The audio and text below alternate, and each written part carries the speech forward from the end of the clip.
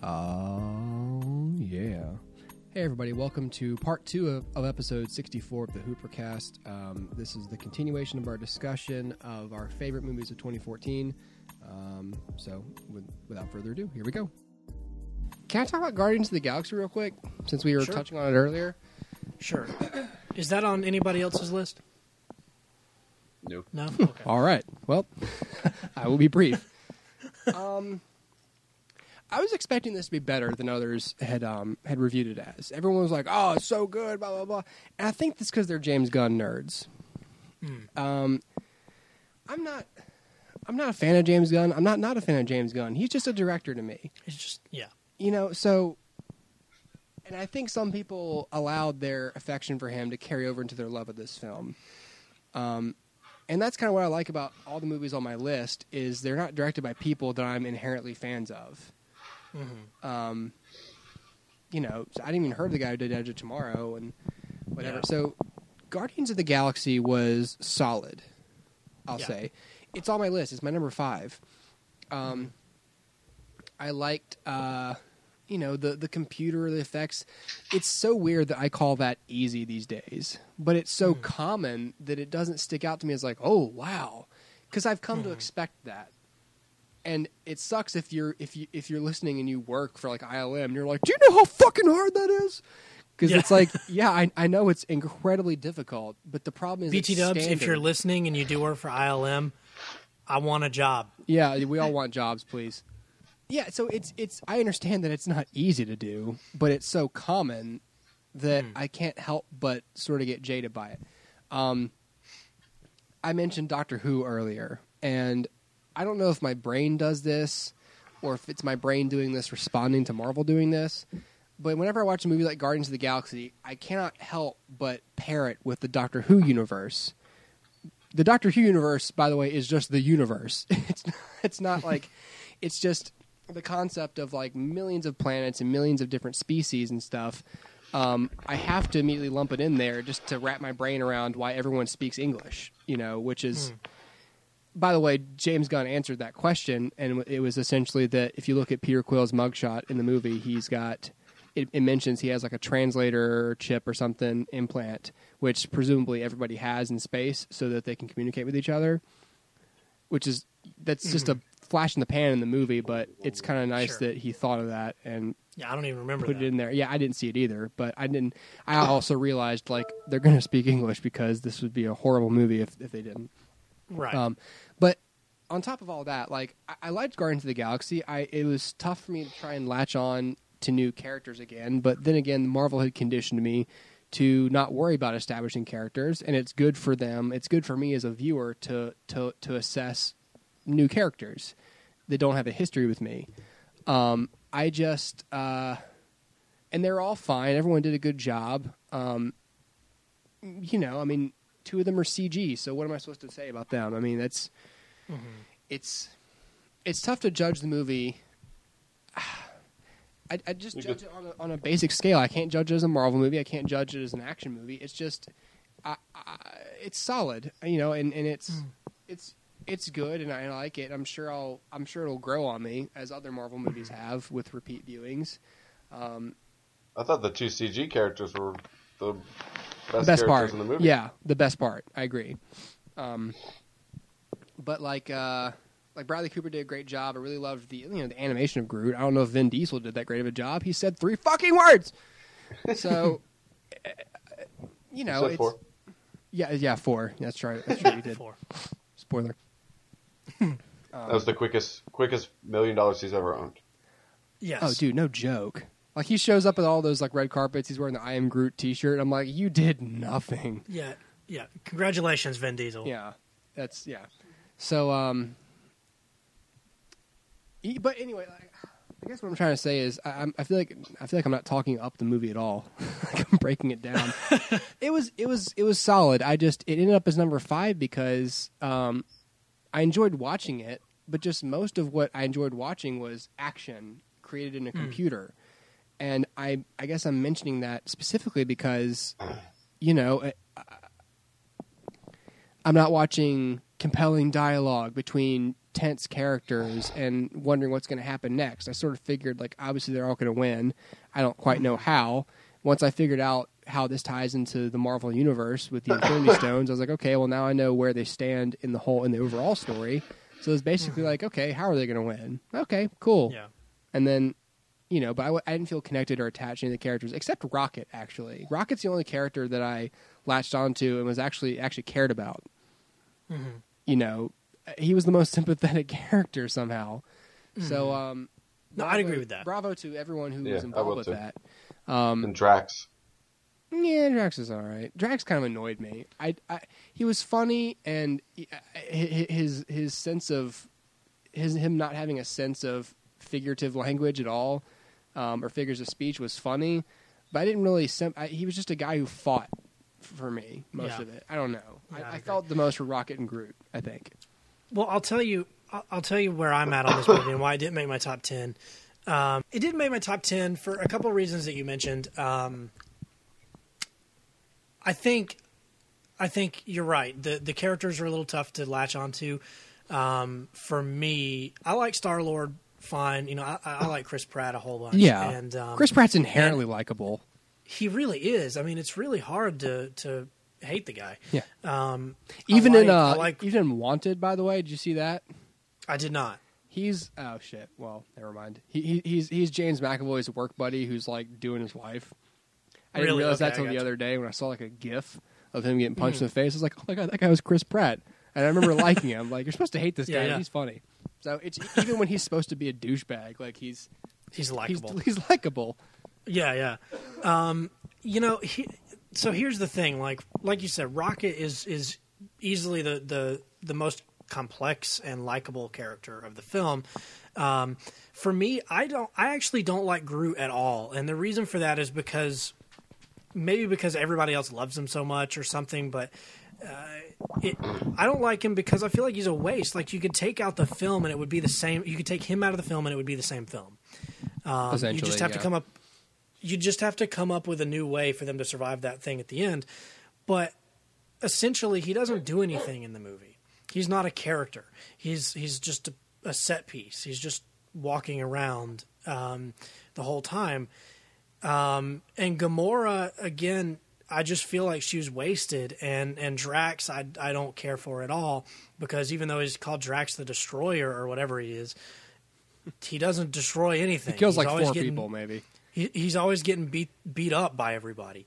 And then Ronan, Ronan the Accuser, right? This huge villain that they're building up is nothing. Like, he's taken out because Chris Pratt dances at the end.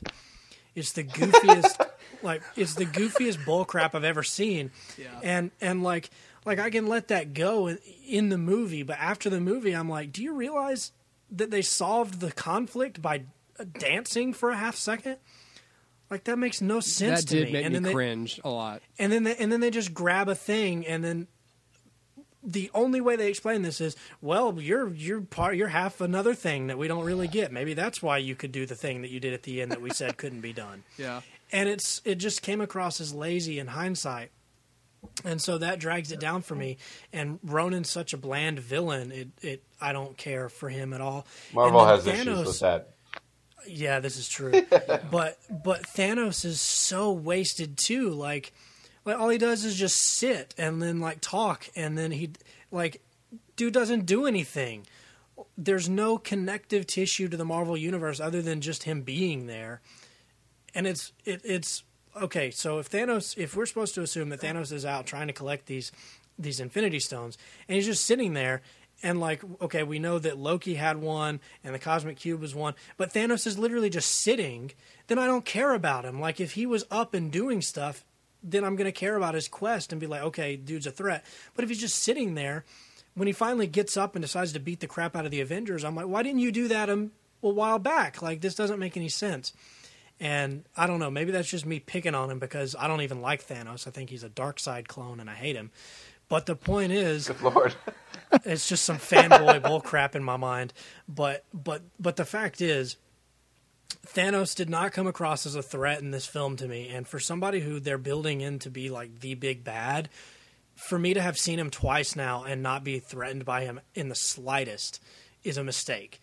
And then on top of all of that, like just the goofy kind of stuff, like with Space Merle. I hate Space Merle. Dude just whistle. Did you know that whole scene where he's whistling and that arrow's flying all over the place? Like all those dudes could have just shot him. Like all he's doing is just whistling, and they're all just like, "What's happening?" And like when you watch that a second time. My brother rented that movie, and I walk in on it, and I'm just watching Merle whistle, and all these guys like looking around. I'm like, nobody shot him. Like it would literally take one bullet, and it's just goofy stuff like that, like the goofy whistling and then the goofy dancing, and then that saves the day. And I'm like, this is so weird to me. And I can let go all the nitpicks that people have, like how did the Walkman still work? Like, does he have AA batteries in space too? Like all of that stuff. Like, okay, yeah, I'll let all that go.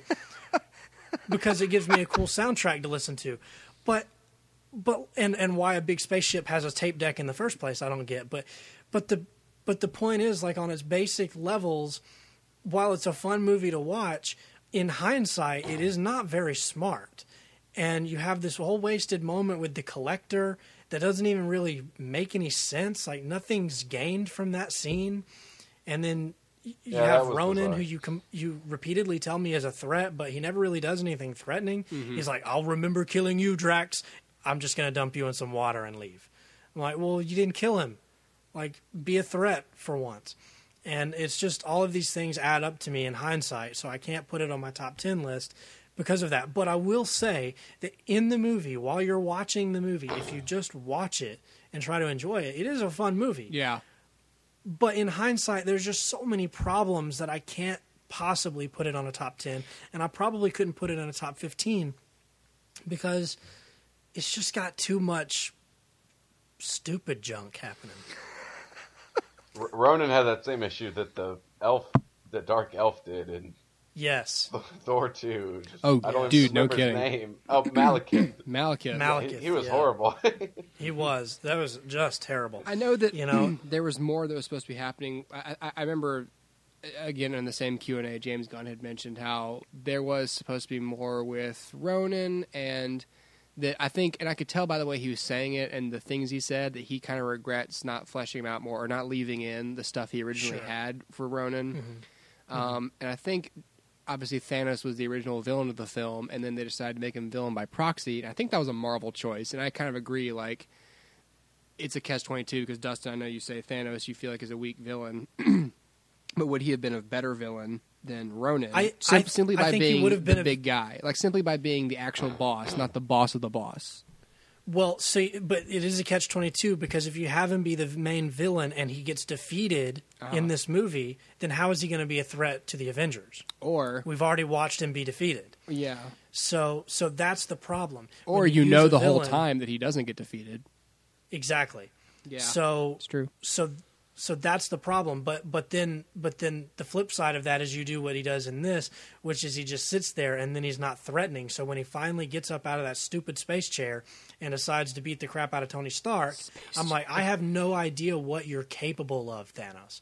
Like, I don't know anything about you. I don't know how angry you are or what you're even doing. I know that vaguely you want some stones, but not enough to get out of your chair and get them. That's my problem. He's super good at sitting, though. If there was a sitting contest, like him and Professor Xavier would be neck and neck for a while, but then he'd they still need to win. remake that Jonah Hill movie, The Sitter, but just with Thanos. He's looking for a handout. Yeah. Like a lot of people have problems with the villains in Winter Soldier too, but I was like, they're much more memorable to me than these villains in this one. I agree. I think Robert Redford in Winter Soldier is one of the better villains, and then even Winter Soldier himself. I mean, even though he doesn't really do anything, I think he's an interesting character because he's a villain by manipulation. Yeah. And even visually, he's just much more interesting. The Ronan, I couldn't even tell you what he looked like. I can't even remember. I watched it like an hour ago, so I could tell you. But otherwise, he's a guy in a hood. White or blue? He's blue. Well, he's light blue with some dark blue stripes. He's like a space zebra. To me, he's just Legolas's dad painted blue. Like I said, when you're in the movie, it's a fun movie. But when you look back on it and you realize all the dumb crap that's in it, that everyone says is like endearing and like charming and funny and unique, and it's like not really. I mean, you don't solve a conflict like, hey, I'm going to destroy the world by dancing, like, and then it still expect me to think that Star-Lord's a hero. Like, all he did is dance and then grab a thing. Ooh, big deal. And you don't even tell me why he can grab the thing that is ungrabbable. It's weird. I don't know. Yeah. And this again. I liked does it, this... but it didn't make my top 10. Right. I get your points though. I'll shut up. It's no. Yeah. These are all valid criticisms of the movie. I mean, this is the time in this episode where we're essentially talking about movies that did not make everyone's list, and sure. So it's well, but it's not a bad movie. Yeah, it's not a bad movie, but it does have, like, if you really sit down and you try to assess how good of a film it is or how good of a piece of the puzzle it is, like, or just as a standalone film, like, there are several issues. Just as like a fun movie, it's just fine. And I'll say this too. This will be my last thing. To me, this was a lot better. Like the rebel kind of outlaw, misfit group was a lot better when Joss Whedon did it in Serenity. Yeah, and so maybe that's part of it too. I did think of Serenity several times, even down to some of the ship designs. Yeah, I was like, that's all right. Let me talk about the 4 I don't have in common with you guys, just real quick. I'm going to rattle it off, okay? Okay. Just my honorable mentions, i.e. my my other half of my top 10. The Purge Anarchy missed my top 10 because it just got edged out by the others. But I will say, if you have not seen the Purge movies, they create a real interesting what-if scenario. And I think that's my favorite. I've said before numerous times, my favorite genre is speculative fiction. And I like a movie that takes a scenario that doesn't exist today and just it just essentially it barely tweaks reality. I like that. I don't like, I'm just fine with not a lot of new stuff happening at once. So the concept of the Purge movies is that once a year there is an event called the Purge. It's a 12-hour window where crime is legal and you're allowed to murder people, do whatever you want. And the whole reason is to release pent-up rage and that people are more productive. And it's sort of hinted at the end of the first movie that by characters and stuff and by pundits and other things that it's essentially just a tool to wipe out, poor people who can't afford to defend themselves and therefore make the economy run better. And it's a real interesting, that would work kind of a thing. So this one, and so the first movie takes place in Ethan Hawke's house. This one takes place on more of a citywide scale because there are characters who get trapped outside during the Purge, which doesn't happen in the first movie. So it's like, oh God, what do you do if you can't get home in time? And so there's tension there. There's new characters. The main big capable guy is Frank Grillo, who plays Crossbones in The Winter Soldier. Yeah. So he's fun to watch. He's prepared. He's got like an armored Camaro and shit. He's pretty sweet. So it's a fun movie. It explores a little bit more of what happens to because the first movie is like, well, these rich people have a really fortified house. They just have capable villains who want to get inside their house. This one's like, this is poor people who live in like apartments or their car breaks down, and it's peels a little bit more of the overall layer of the onion back to where you're seeing that rich people are capturing poor people, and putting them essentially in like pens to hunt them for sport during the Purge, and like auctioning off and taking bets and shit, and it's real crazy. So I like the film, not because, and I had a little bit of a problem with this in terms, the same problem I had with what's it called? The second Neil Blomkamp movie, Elysium. Which is about like rich people are bad, poor people are heart of gold, and it's like, okay, I'm sick of seeing that because this is clearly like a liberal movie. However, I'm okay with seeing the whole these rich people are horrible people and these poor people are good people. I don't like the blanket statement, but I appreciate this is a terrible situation. I can't believe people are doing this kind of thing. And so I like the world building. I like watching this play out, and I sort of like seeing the rules bent just a tad to allow for these particular circumstances. Like I said, It's a harmony on reality, so it's a great movie, and now that I think about it, it probably should have been above Guardians of the Galaxy, But these are good movies to check out. So if you haven't seen The Purge or The Purge Anarchy, go see them. They're really good, and I really can't wait for the next one because, as I said in my original review of The Purge, this premise can outlast several movies. Yeah, that's what I was going to say. It's such a good concept. It's a great concept, and it shouldn't die anytime soon. I think it should keep going. There's many more stories to tell with The Purge. Yeah, if you can make like 18 Paranormal Activity movies, you can keep this one going. The next one's John Wick. I won't talk as long about these next three as I did with The Purge. I just really like The Purge. John Wick is a pretty generic action movie with Keanu Reeves. It's just good because it's a good return to the screen for him. We haven't seen him in a while do anything worthwhile, and it's good to see Keanu Reeves doing action again and really nothing else. Right. So good action film. It's essentially a revenge film. It's fun to watch. Good action, good fights, but pretty generic, but fun to watch. So rent it if you have a chance. Transcendence is not as bad as everybody said it was. It's essentially about a technology mogul who dies, and he gets his consciousness uploaded to the cloud, basically. And so the whole movie is about, is it his consciousness controlling this computer, or is it actually him? And it's fun to watch. It's not. I think it was reaching for more than it could actually grasp. But in terms of what would happen if a human could control the internet, essentially, it's pretty fun to watch in that way. It's don't put it on a pedestal. It's just like, what if you uploaded Johnny Depp to the internet? What would happen? And it's worth seeing. People wrote it off as like a piece of shit, and I think that's incredibly unfair. And then the last one is X-Men: Days of Future Past. I talked about why I liked this one in the original review. It's a solid movie as both an X-Men film and as an action film. It's good. I wanted more out of it than I got. I liked the Wolverine much better in terms of the amount of action and the amount of pacing. It's a really important film in the whole franchise in terms of resetting the chronology and fixing a bunch of stuff. So if you are a fan of the franchise, this is a must-see because it has gigantic impacts on the franchise going forward. I just wanted here's more. What I'll say to that point. Yeah. Is I'm not a fan of the franchise, but I actually kind of enjoyed this film. It's a good film. If you're a fan of Wolverine, like I am, way more than the other X-Men, don't have your hopes up with his involvement because he's merely a conduit through which the story exists. He has one interesting fight, and it's right when he finishes traveling through time. He kills like 3 gangsters in a bedroom. And that's really the extent of badass Wolverine stuff. The rest of it is him. He's naked at the time. He's wearing pants. Oh, okay.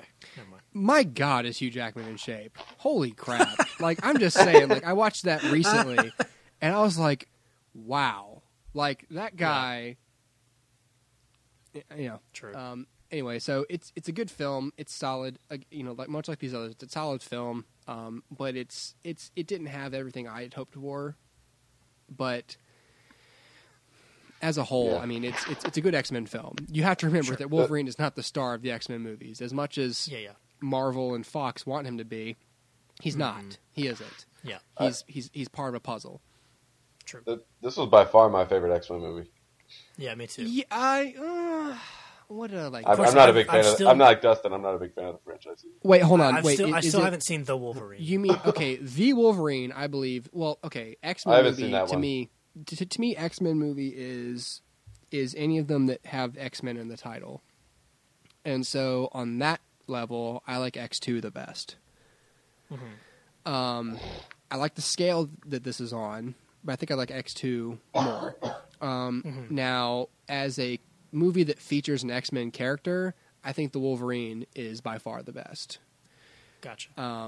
But I like Hugh Jackman as Wolverine. I like Wolverine. I like Hugh Jackman's muscles, and I like claws. So take that with a grain of salt if you want. But I think as a film, and both just as a coherent story, except for maybe the third act, the Wolverine is a marvelous film. No pun intended. But I think it's I think Days of Future Past is better than it has any right to be. Going in, like I said, I don't really like the franchise, so I didn't expect much at all. But I enjoyed it. I had a good time with it, if only just to see, the original guys come back and watch things grow and change, even though I will say that the timelines don't make a lot of sense, even in this film. And like how the future became Tron, like how did that happen? I don't know. With like the monolithic ships. Yeah, like everything became Tron, but like Patrick Stewart and Ian McKellen are still, I don't know, like however many years older than they were in X3. I'm like, how did the future become Tron that fast? How is Patrick Stewart alive? Yeah, Not really explained. They don't really explain that because he blew up. See, I'm confused because the future almost reads as like a different future, like not the future of X-Men 3. This isn't a continuation of that. They totally don't explain a different reality. They don't even address it. They blatantly do not address it. This is like a different reality, but then it resets to like it's more a similar reality. It's more that they recognize that it's been speculated on the internet how Xavier survived. Like if you watch the end of X3, like he puts his consciousness into some dude's head to address someone else. So it's the whole idea is he's alive, he's like Voldemort, he just doesn't have a body. But then he totally has a body. And it's just like, oh, hey, Professor. It's like, hey, what's up? Like, what? Yeah. What? I've been chilling with Magneto. Yeah, so, but I believe they decided that was a sin, a cinema sin, if you will, Dustin, worth accumulating because their overall goal with this film was, in fact, to, essentially erase X-Men 3. Sure. So they figured, well, why try to explain it when we're just going to negate it by the end of the movie? Right. So and the other thing that bothers me a little bit, and I liked Quicksilver in this movie, but I always think it's weird every time when a character like Wolverine is like, oh, I know a guy. I'm like, well, how have we never seen this guy? Yeah, exactly. I've seen like 6 movies with you. He lives brother, nearby, and you never too. mentioned this dude. He lives in the D.C. area. Oh, well, yeah. That's great. That's good. That really helps our plans tremendously. Mm-hmm. That's like the Autobots in every Transformers movie. Like GM has a new car out, and they're like, oh. Nope. Yep. Where's this guy been? Yeah, exactly. But no, it is like that. But No, things like that bother me, and I don't know. It's not a bad movie. It's not a bad movie by any means, but yeah. John, I think you are next in terms of the rest of your movies. All right. No one else saw Mockingjay, right? I did. I saw it last night. Oh, you did? Okay. Did you like it? I did. I liked it a lot. Yeah. I thought that was good. A lot of people are giving that movie shit, too, for saying this is like the first part of blah, blah, blah, blah. And if that made sense. But you know the deal. Yeah. And they're stretching. Right. I didn't feel that way. I felt like this was kind of like Deathly Hallows 1. It was a lot more character and a lot slower, but they had to get a lot of that stuff out of the way first. So I really liked it. I thought it was good. Let me look. I would say for Mockingjay Part 1, this is probably my favorite of the Hunger Games series. Oh, that's good. Yeah, I've had very few complaints about it. I thought that it stuck true to the book, obviously, for the good parts. There were things that were changed, but things that should have been changed for a film. Sure. Like Effie isn't in the book. I thought it worked really well. It had it was a movie that had a lot of important things to say, even about current issues, and the use of propaganda, and all that sort of stuff, and how that certain things are manipulated, and it worked really well on that level. So I'll go over all these other ones real quick too. The Grand Budapest Hotel. I've never seen a Wes Anderson movie all the way through. Me neither. And I watched this one and I thought it was quirky and it had a very, very, very distinct visual style, and Ray Fiennes is great in it, and it was hilarious. You don't see movies like this. There's nothing else like it. It's extremely unique, and I thought it was really great. Dragon Ball Z: Battle of Gods. This was released in Japan in theaters, and it was one of like the biggest movies in Japan this year. And this was the first film, like, because there have been other Dragon Ball Z movies that they've released theatrically, and I'm not a fan of those really, but this one was kind of creatively led by Akira Toriyama, who did all the comics and all that. So there was a lot more story to this one. The characters were a lot more fluid in this one, and it wasn't formulaic like all the others. So it felt very Dragon Ball. It felt very real, and it was great seeing all those characters again after X amount of years that they've been away. So that was great. Gone Girl. I saw this with you, Dustin. We did. I thought this was a really solid movie. And again, it was one of those ones where I don't know how it's going to end. It really kept me on my toes, and it was extremely suspenseful. I thought you had a couple of great performances in this one too, especially Rosamund Pike. She did a really great job as the crazy wife. And again, I love David Fincher, and I think whenever he shoots a movie, he shoots it really specific in a really specific way. And I thought he did a great job handling all this sort of stuff. And the soundtrack was brilliant, I thought, but it was a very subtle soundtrack, but in the parts where it needed to work, it worked really well. And again, that had a lot to say about media and how media. Yeah, exactly. And then the other one. Well, let me tell you real quick before we get off the topic. Okay. Why that's not on my top 10, because it probably would be like 11 or 12. The reason what kept it from the top 10 was the ending, and I won't spoil it. Okay. But for me, it is a little unresolved. Right. And I don't know how I can really. See why you feel that way.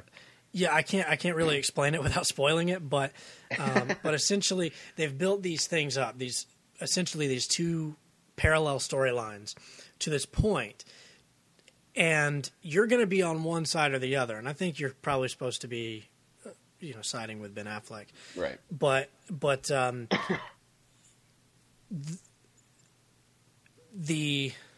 don't know, just the storyteller in me wants at least one of the two to be resolved, and I feel like it ends at a point where instead of ending with one or the other winning, they end in a stalemate. Right. And so to me, it feels a little unresolved for that reason. They both lose for that reason. In a sense, yeah. Yeah. So, but they both lose because neither one of them win. Right. Right. Yeah. So yeah. So for me, that's what keeps it from the top. But I still think it's a really, really well crafted film. Some really great performances and all of that stuff. But it's just that feeling of sort of unfinished business that right. That follows you in the days to come. But yeah, that's it. And I get that. My number one was Interstellar. Ah. Oh, we did not talk about this, did we? This is your number one film? It is. Oh, excellent. Okay. Yes, we can talk about that. I guess what I liked about this movie was, obviously, I love Christopher Nolan's never made a bad movie to me, so right. Going into it what to expect. And this film was just so big, and it was on such a grand scale. And again, I saw this one in IMAX, and but at the heart of it, it's centered by this emotional story between a father and daughter. And that's the whole motivation for these two characters the entire time. So, So it is this big movie, but it's really grounded in this relationship between these two characters. So, but at the same time, it offers this really interesting story, extremely original and imaginative as well. But it was, really just everything about this was just incredible. It was one of these. It was like 2001 to me. It was one of these movies where you're watching it and it's playing out on screen. It's just, I don't want to say mind blowing, but it was one of those things where I've never seen anything like this in a movie. Very rarely do I see anything like this in a movie. It's epic. I feel like calling it that is it doing it justice? It's I don't know. It's just so grand. It's all encompassing, and it all ties together at the end, and but it's not to me. It's not just like here's a planet with waves as the planet, man. Like but it presents it in a way that's believable, and it presents science in a way that's believable. And they have these robot characters that have emotion, but they're believable as robots as well. And yeah, I mean, it was an emotional film too. Like the scene where Matthew McConaughey's driving away, and his daughter is, upset with him. I mean, that was one of the most emotional scenes I've seen this year. I mean, but you wouldn't expect it from the movie because all this, when you see the trailers, I mean, it's all this. I'm going into space, big, but and it is big, but it, again, it's kind of like, so many things are playing out at once. So I loved the score. I thought the visual effects were incredible. It's probably going to win for visual effects this year in the Oscars. I'm sure. A lot of miniatures and all that, so it all looked extremely authentic. It didn't look CG at all. So. Well, if you will indulge me, I'll tell you why that's not on my top 10, but I do have it listed as an honorable mention. I'm a little surprised it's not in your top 10, Dustin. I was too. Here's why. I agree with the sentiment that Chris Nolan has never made a bad movie. This is my least favorite of his films. Oh. And I'll tell you why. The movie, the first act, is brilliant. The second act is really, really awesome, right? It's the third act that gets me. So the first act, you've got, it's very grounded. We haven't gone into space yet. I've not seen it. Okay, so I'm not going to spoil it, but the first act is grounded. We haven't gone into space yet. We're dealing with human issues on a human scale, something that's not far off from where we are. Right. Very believable, very, very well performed. Then we reach sort of the second act, which is sort of, okay, here's a planet that is this way, or here's this little trial, here's this little trial, and like a true epic, like you'd have Ben-Hur or something where, okay, now we're chariot racing, or now we're doing this. You've got these little almost sections of set pieces, right? Mm-hmm. These sequences that blend together very well, and almost you could pull one out and it's a little short film. Because when they go to the wave planet, that's a very distinct location, a very distinct set of circumstances, a very distinct danger from what's going to happen in another 15 minutes from now. Yeah. But then you have the third act. Now, the third act is great visually, but for me, it dips too far down into M. Night Shyamalan territory, where now we're dealing with something that seems disconnected to me, but here's the connective tissue. But to me, the connective tissue doesn't really. It's either in true M. Night fashion, it's either A, predictable, or B, doesn't really matter. Mm-hmm. And so to me, the third act weighs the film down. Not only is the film now too long because the third act goes on way too long, but now we're dealing with a new set of circumstances, which is science fiction. And I know, Hooper, you're big on this too, on establishing the rules that the film lives in. And you have to stick to those rules. Now, the third act introduces a bunch of new things that are sort of hinted at before, but now they've come into play in a big way. And sort of, so the film becomes all about this new thing. And I'm trying to be very vague here, I'm sorry. But the point is, to me, the third act loses what was so great about the first two. And it becomes weighted down in one single set piece rather than a series of set pieces, like the second act was. And it loses, to me, I know this is going to be debatable because I'm sure a lot of people were probably in tears at this point, but for me it loses the emotion of it because I'm unclear how it works. And maybe that's me. Maybe I'm just an idiot. No, it's not just you. I saw it a second time, and I was a little confused the first time. Then once I saw it again, it was like everything clicked and fell into place, and I understood what was going on a lot more. Gotcha. I understand where you're coming from on my first viewing because I was a little confused as well, and about how it was all coming together, and the first time you're processing that, and you don't really have the sense to tackle what's going on emotionally. You're kind of still ingesting what's going on. But The second time, it was a lot more fluid to me. Right. Okay. Well, that makes sense. So maybe it deserves a second viewing for me, and it is going to get one anyway. It's a Chris Nolan movie. I'll probably buy it, but I own all of his movies. But the fact is, for me, that third act drags. That third act goes on too long. That third act breaks the momentum that had been built up to that point. And so for me, when I walk out of the theater, I'm not thinking about the first two acts and how great they were. I'm thinking about the third act and how disappointing it was. And so for me, upon leaving the theater, it's more a disappointment than anything else. And and then that's as specific as I want to be without Sure. spoiling things about stuff. But essentially, it's that third act that gets me. And to me, the third act reminded me a little bit of Inception, where you've got all of these really cool things happening. I'm not sure how they happen. I'm not sure why they're happening. And there's a lot of exposition to explain it, but maybe on a repeat viewing, it's better. Yeah, it made more sense to me. Gotcha. So that's where I come from with it. I still stand by the statement that I believe it's his weakest film. It's definitely his biggest film. It's definitely the film that has had the most ambition from him. But for me, I think it's his weakest because it loses steam in the third act. And it doesn't have the benefit of having, Batman running around. So that's it. But Matthew McConaughey was brilliant in this, and Jessica Chastain, I and agree. Everybody, just brilliant. And Hathaway was really good. Yeah. Michael Caine was good. He was playing someone a little bit different. He was, yeah. So that's nice. Michael Caine. Michael Caine. Michael Caine. Michael Caine.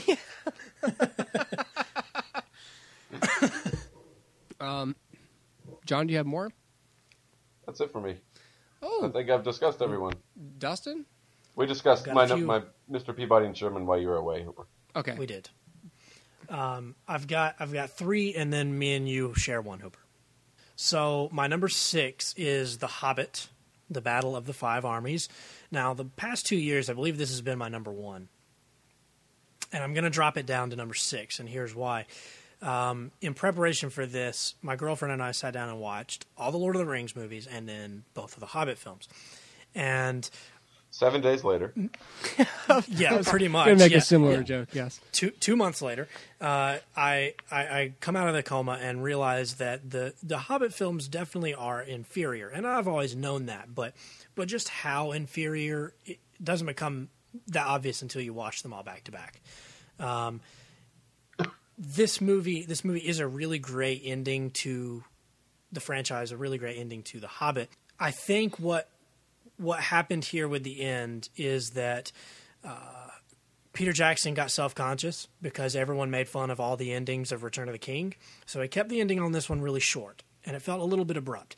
But at the same time, what do? I mean, you know where it's going to go. And then the question is, how much connection do you have to Lord of the Rings from the end of this film? And so the end feels a little abrupt, and like it maybe could have used another scene or two of character building for Bilbo. But by and large, this is a very entertaining film, and it's a movie that I love. And I know people hate these movies, and I know people compare them to the Star Wars prequels. Now that I don't understand. The Star Wars prequels are unwatchable. These movies have some really, obvious visual effects, and they have some issues in terms of, just different choices that Peter Jackson makes that I'm sure people don't agree with. But the fact is, these movies have such a great story, and they are interesting. And sure, maybe The Hobbit, maybe Bilbo loses some of his character moments because they've added a lot of other things to them. Or maybe it's not necessarily that Bilbo loses the moments, but just that there are other moments too. Whereas if you read the book, it's just about Bilbo. But to me, Bilbo's arc is still there, and the journey is still there. And to watch Bilbo and Thorin get to the point they get to in this film, and watch the movie kind of play out, I think is very satisfying. Now, it's number 6 because I don't agree with every choice that Peter Jackson made. And Well, I do think it's a really great film. I think there were just a few films that were better than this film. Not necessarily in the story department, because I love the story of The Hobbit, but maybe just in terms of execution and in the technical aspects of the film. So that's sort of what keeps it from number 6. Now that I say it out loud, I feel like it should be higher, but whatever. Who cares? So The Hobbit, The Battle of Five Armies, really good movie and a solid ending to the franchise, a solid ending to The Hobbit. Yes. Number 5 is Whiplash, which stars Miles Teller as a college student who is a very talented musician, a very talented drummer, and he wants to be tutored and mentored by J.K. Simmons' character, who is the biggest, baddest band director out there. And J.K. Simmons is a foul-mouthed, just loose cannon of a jerk to this guy. And what the film is really about to me is how far some people go to reach perfection or to master their craft. And it's sort of an examination of whether or not that's appropriate or necessary. And what I kind of gathered from the film may be different from what other people gathered from the film, but never before has a film ended the way that this has, to me. This ends like, okay, so it ends, you've got like, the drumming going on, right? So your heart's going, it's upbeat, they're building this tension, and then all of a sudden, like any good orchestra, they cut out, right? And so they cut to the credit roll, and you're just like, you're still hyped up, you know what I mean?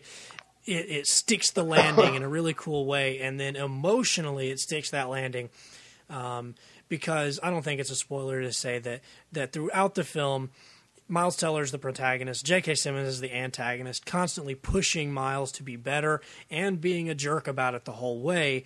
And the end, you see that, this is Miles Teller's sort of chance to kind of push back a little bit. So you're already hyped up, and it's just a really, really great ending. And when it ends, I mean, you realize that you haven't breathed in a minute. You know what I mean? It's one of those kind of movies. Mm-hmm.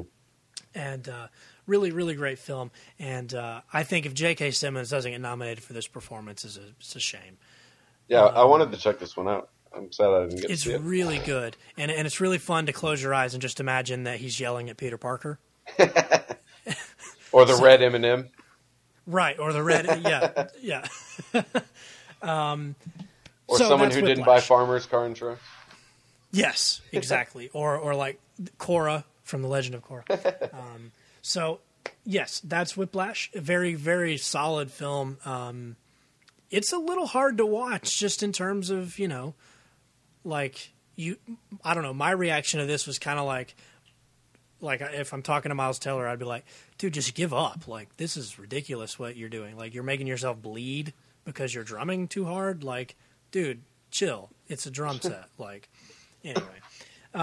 Number 3 is 22 Jump Street, which I freaking love this movie. There's no getting around it. I listened to your review, Hooper, and I will say I agree with a lot of your points.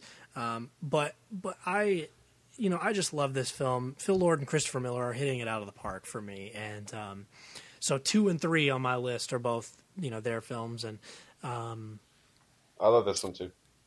I mean, it's so funny. I have not laughed that hard in a theater ever.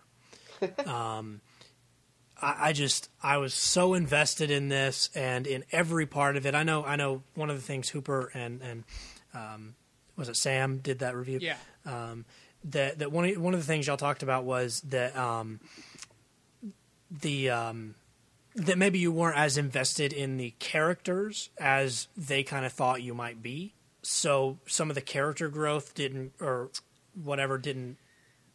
float your boat. It was character regression, in my opinion. It was Schmidt all of a sudden being insanely codependent, whereas he was pretty independent in the first movie and a good cop. And I appreciated the growth that they showed in Janko. Is Schmidt Channing Tatum? In the Channing Tatum character. Mm-hmm. Which one is which? Janko's is Channing Tatum, and Schmidt is okay. Hill. I forgot their name. Janko showed growth as a police officer and as like a person in this movie, but Schmidt had like a regression that it hit a pet peeve of mine. It was more like all of a sudden he's really codependent and can't be by himself, whereas he had no trouble with that, and that's sort of how he operated in the first movie. And I just kind of had a problem with the inconsistency there. I almost saw that as sort of the point in terms of building their relationship, that perhaps, or their bromance, if you will, that perhaps that he did need him more than he thought he did. Mm-hmm. And especially going to college and being in a new sort of environment that he's uncomfortable with. I feel like maybe, because he's not the cool kid in college like he was in high school, at least in the first film or whatever. So maybe that's what it is. I don't know. I didn't have a problem with that, but I was very invested in their relationship. So the growth that I saw there was great. Ice Cube, for some reason, cracked me up more than he had any right to in this film. Yeah, he was funny. Especially his little tirade after he sees his daughter with Jonah Hill is just, I don't know. How do you know this person? Yeah, I don't. Dude, that just cracked me up. It just, there's a lot of really good moments in this film, a lot of funny stuff, and subversive kind of referencing what Hollywood has become. That's the whole point of the Nick Offerman character. Yeah. And that kind of stuff I love. They reference White House Down, I believe, at one point. The end credits were great, too. The end credits are great. I mean, it's all just so funny and so true to character for me, I thought. And true also to kind of what college is, at least for a lot of people. And I enjoyed it a lot and had a good time with it. And so that's my number 3 pick. Just because of rewatchability and initial impression of walking out of that theater going like, my stomach hurts. I laughed too much. This and Neighbors were just on the cusp of my top 10. Is that right? Yeah. I probably should have ranked this higher now that I think about it, because I didn't dislike the movie. I had problems with it, but I think that overall it probably deserved to be higher for me than it was. I disagree with Neighbors, which I didn't really find that good. I like Neighbors, but yeah, I did enjoy 22 Jump Street a lot. In fact, yeah, it's a good movie. It's fun and it has some good action set pieces in it too, and I enjoyed it. I'm more looking forward to 23 when they inevitably make it because the format will change, I hope. Yes. Because I explained it in me and Sam's review. I'd said if the format doesn't change, it will fall apart. Yes. Well, now you've heard though that in the Sony leaks, they leaked what they're thinking about doing for the next one. Well, right? what Amy Pascal and Jonah Hill want to do, I think that would be really beautiful and clean. That's what Jonah Hill said to Amy Pascal. Is that right? Yeah, that's what he said.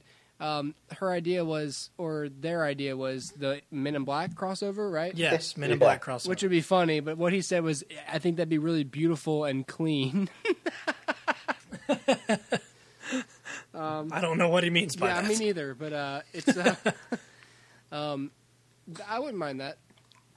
Yeah, well, I think it'd be really goofy, but, I don't know. I think it needs to get a little goofier. Like, they've established a good comedic route in the buddy cop genre, but now they need to take it bigger. Here's my only thought about that. I always thought if they remade Men in Black, I think a cool way to do it would be to or rebooted it or whatever, would be to keep the comedy but push the darkness. Oh yeah. Like I don't know if that makes any sense, but like have this weird juxtaposition of like the comedic, sensibility of like Jay's character or whatever, but then like have, the villains actually be really scary and like kind of dark and noirish in a way. I think would be really cool. Yeah. So yeah, that's 22 Jump Street. I enjoyed it. And then my number 1 was, what number was it for you, Hooper? 7. 7? Okay. My number 1 was Lone Survivor. Why don't you start us off, Hooper? Lone Survivor was a January release, in 2014. It's barely a 2014 film, but it's just barely. But it was released in a dump month, and it's one of those little gems that you find in January where it's a really solid film about about four. Are they Marines? Wait, I believe they're SEALs, aren't they? Aren't they Navy SEALs? I think they're SEAls. Yeah, I was going to say. And this is a true story, by the way, on a mission to, I believe, assassinate somebody. A lot of things go wrong between them being found out by villagers and then comms going down. A true story, correct? And then Very true story, and then the Taliban showing up, and it's just essentially, it's a really well-directed film with some of the best tension and realistic gunfire I've seen, which is essentially no music. Really, I think they were nominated for an Academy Award, I believe, for sound design. They were. And they really deserve it because the sound design is incredible. And they really ratchet up the tension because you don't see who's shooting at you. Like, that's what I imagine real, that's what a real firefight is like in their sort of situation. So it's a real solid film. It's one of those, I ranked it lower because, I don't know, just by the end you're like, that was good, but it was hard for me to rank in terms of numbers. Sure. It was way better than I expected, and it's one of those where, the middle of the movie is more exciting than the end, but when you're following the structure of a true story, if you want to stick true to the story, sometimes the action, fluctuates where it wouldn't normally in a 3-act story. Right. Normally. Right. So, great film. I Fantastic film. I would agree with that. So here's my thought on it is that, like you said, some great sound design, really, really awesome gunfire sequences. And what it does for me, is show, first of all, a believable brotherhood between these men. And then they all kind of get a good heroic moment in here. It's a bunch of people that I really like. You got Taylor Kitsch, Emile Hirsch, Ben Foster, and Mark Wahlberg. It's a very solid film, performance-wise. It's challenging to me because I look at it and say, if you're in that situation, how do you keep going? Like, what's your motivation? Yeah, exactly. And it's so tense and so taut, and the heroism of these men in this situation is just ridiculously amazing. It is a true story. The film is called Lone Survivor, so you kind of get an idea how it's going to end just from the title. And I know a lot of people don't like that title. I don't have necessarily a problem with it, but yeah, I mean, look, the thing is, it's a Peter Berg film that stars Taylor Kitsch and has explosions in the sky to the soundtrack. I mean, it's hitting the right nerve for my Friday Night Lights withdrawals. And by the way, Taylor Kitsch is hilarious, and why that guy's not in more comedies, I don't know, because he's hilarious. He did a comedy. It was called X-Men Origins. Oh, correct. That is true. I remember. Side note, real quick. I remember when that came out, and I was like, "Oh, cool! Yes. Tim Riggins is in this. He's going to be good." And he was the only part that I even remember or liked, even though he wasn't really Gambit. But it was like, at least you're in a movie, and I like seeing you. Yeah. And that was still while he was Tim Riggins. Yeah. It was in between Riggins. Yeah. Riggins went to prison. Hiatus Riggins. He... spoiler, whatever. It's been out long enough. Yeah, it's been on for years.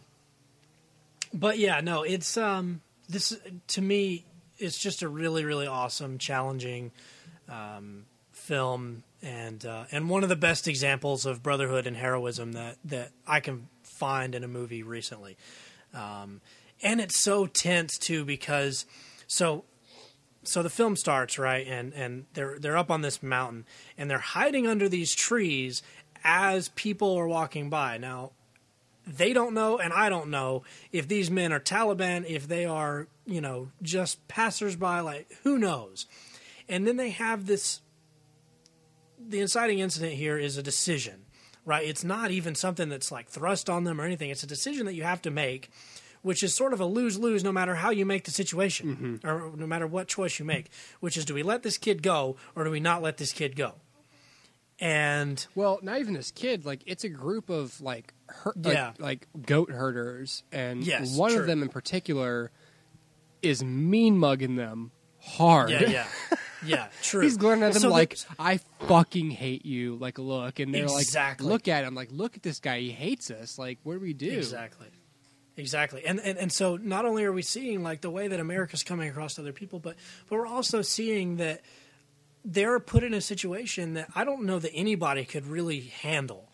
Do you kill these people because they may be a threat, or do you let them go and hope that they're not a threat? You know what I mean? Like, that's the thing. And then of course they end up in the worst firefight ever, of their lives, and probably the most tense firefight I've ever seen on film. Probably. Yeah. I know Saving Private Ryan's pretty legit too. Yeah, but I mean, this is a movie that, like, it's like Dustin said. It's interesting that you see the cost of doing the right thing. The right thing is essentially we let them. They weigh the options. We could kill them and hide their bodies, which they'll find their bodies, but at least eventually, we'll be keep gone. Moving for now. Do we take them with us? In which case, we slow us down, or do we let them go and then run and whatever and hope we can make it out? They decide, they're all like, oh, we could shoot them, but it's like, no, like, we'll end up on the news, like, and then the whole this looks bad on paper, everything. just on all of us. And so they decide, the right thing, and at least two of them say we should just kill him, and then they end up saying, the commander is essentially saying, no, like, we're going to keep going, we're letting them go, and we're getting out of here, we're aborting the op, and we're going, which is the right thing to do. And it's one of those where it's like, it sucks if the right thing brings the hardest consequences, but because you can see on that guy's face the whole time, the whole reason that scene is tense is because you're looking at this one kid who essentially, without saying it, is going, as soon as you let me go, I'm radioing the Taliban. I'm telling them you're here and you're all going to die and get your heads cut off. And they're like, all right, we still got to let him go. Exactly. And it's just, it's good. And there's those scenes too where they're tumbling down the hills, you know what I'm saying? Like hitting their heads on rocks and all this stuff. Like, that's intense junk, you know what I'm talking? It's scary, it really is scary. And I enjoyed this movie a whole heck of a lot, and it stayed with me days after watching it. So for that reason, it's my number one pick of the year. Right. Yeah. Okay, well, that was it for the favorites of 2014. Stay tuned for our worst ofs and looking forward into 2015. But for now, guys, thanks for participating. Thanks for having us. Woo. Bye. Woo. All right. Goodbye, everybody.